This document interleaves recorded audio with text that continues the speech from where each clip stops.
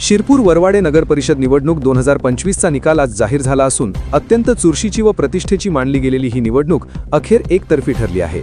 भारतीय जनता पार्टीचे नगराध्यक्ष पदाचे उमेदवार चिंतनभाई पटेल यांनी घवघवीत विजय मिळवला असून नगर परिषदेत भाजपने अभूतपूर्व वर्चस्व सिद्ध केले आहे। एकूण 32 नगरसेवक पदांपैकी तब्बल 31 जागांवर भाजपचे उमेदवार विजयी झाले आहेत। उर्वरित एकमेव जागेवर एमआयएम पक्षाच्या उमेदवाराने विजय मिळवला आहे।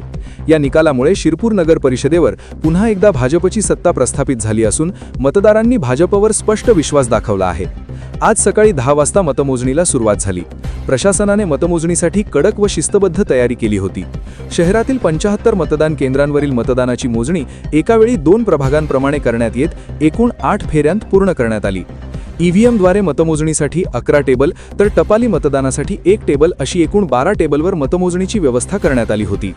मतमोजणी दरम्यान कोणताही अनुचित प्रकार घडू नये यासाठी शिरपूर शहर पोलिसांनी मोठा बंदोबस्त तैनात केला होता।